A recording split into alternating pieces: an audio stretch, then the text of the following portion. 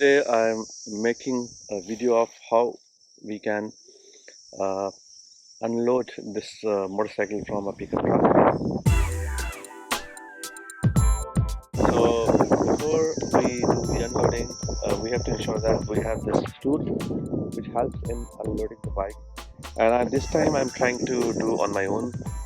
Generally, one should have one more person to assist, but I'm trying for the first time, and I'm gonna see that if I'm successful or not.